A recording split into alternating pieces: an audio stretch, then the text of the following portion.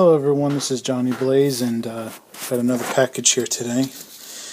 This was a long time coming. It was hell to get this over here. What happened is I ordered this on the 19th of October, and today's the 15th of November, and it only just got here now. And the main reason we had a storm around here, but it came to the States after the storm.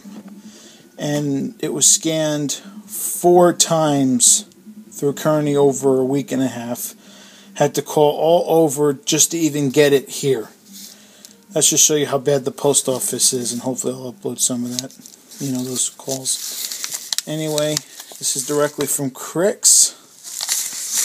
And we're going to open it. And the main reason I didn't go for a deluxe edition this time is because there's really no need, because I have a duo. And this right here, I'm trying to,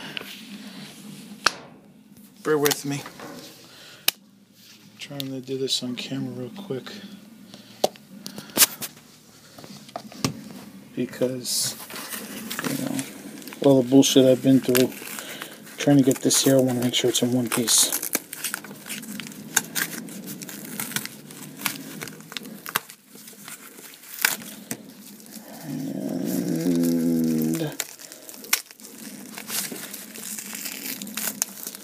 It looks like it is. See, 4 gig card. Just gotta be careful handling this. It looks like it's in damn good shape. Okay, alright. This is the Turbo Everdrive. Now, it's like I said, since I have a Duo R, as you've seen earlier, I really don't need the I really don't need it to be a deluxe edition. It's not, to me, it's not worth the extra money for it. So, and especially since Stone Age Gamer wants to charge $70 for those of us who order from Krikzz for a deluxe edition. It's ridiculous. But, you know, one mistake that he made, really, you know, hey, people want to buy it, but really have no reason for it if you have a Duo, like I do. Now, let's go over the features of this firsthand. Of course, you see the pins there. And it's worth noting, and to wonder why they have so much trouble making the deluxe edition, because the board is thick, as it is. As you can see, the board's nice and thick. It feels like I'm holding a pane of glass. That's how thick it is. I know I'm a little out of range of the camera. Here we go. But yeah, you have your, you know, the chips there. It's the first time, you know, I've ever done an Everdrive with a bare board, but in my case, you know, I didn't really mind it so bad. This is the 1.1 edition. If you see here, you have your PCE and TurboGrafx 16 switch. I've region modded, so I'm hoping that it works. But what normally do, if you're playing it on a PC engine, you just keep it in normal position. Turn it up if you have it on TurboGrafx 16. And of course, this is your SD card, your reset button, the red button. Here's where your USB would go, but I wanted 100% compatibility, so I opted not to have the USB. And the main reason is because if you're using this on a Super Graphics, which, you know, down the line, if it's cheap enough, I'll pick up, the USB slot blocks the unit from turning on, because, you know, it goes in this way. So the switch comes across on like a PC engine or Turbo Graphics. But for a Super Graphics, since the switch comes this way, it'll knock the USB slot out. And since I don't do any programming, I don't really need it. So let's put the ROMs in the card. Let's get to work. Now, setting it up is a little bit different, but it's pretty much the same thing as the other time. As you can see under the removable disk, I have the 4 gig SD card in there. You really don't need 4 gigs for SD. Let me show you that you don't. The ROMs pretty much, you know, total 1.76.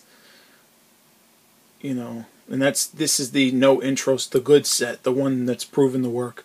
And personally, what I would do is I have 4 folders: BIOS, because you can use this as a CD BIOS if you have a duo or CD combo. I'll get into that as well. One for PCE because there's subtle differences. One for TurboGrafx games, and for down the line for the Super Graphics, one for the Super Graphics. So we're just in the Turbo Everdrive. The firmware is upgradable by a PCE card. So if you're familiar with like a DS flash card to upgrade that, you're upgrading it the same way. Okay? Now, you don't need no firmware this time because the firmware is actually on the Everdrive itself. So we're going to just drag and drop to removable disk J. Let it copy. And by the way, I usually put letters, you know, because being an Everdrive, it has a limit of how many files can be out at a time. Now, much like the original Everdrive for the Genesis, with the Sega CD hooked up, and you can use that card as a BIOS, and also the Mega Everdrive as well, you can use the Turbo Everdrive as a BIOS if you have the Duo, like I have here, my Doujin Dance Duo R, or if you have a combination, either a PC Engine with the CD or TurboGrafx with the CD, or you have the Turbo Duo. If a CD system is hooked up to the Turbo, you can use the BIOS. Now, the only one you won't be able to use is the arcade card because there's no dump of it, because all the arcade card is the Super System card with extra RAM. So what we're going to do is I have Last Alert in the CD tray. Now we're going to go to BIOS. Now, mind you, this is a PC Engine Duo R, and the region mod has no effect on the CD drive. So we're going to press start. There's the original TurboGrafx CD system card. I'm going to press run. The blue light's going, that means you know it's reading the disk.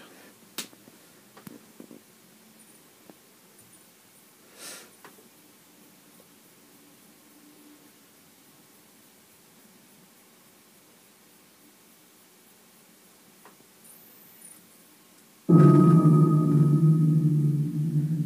just going to fast forward that.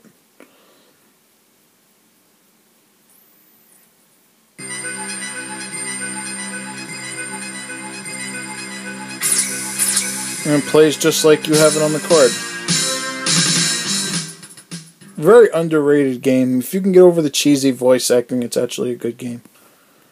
I'll continue because I have a game already saved.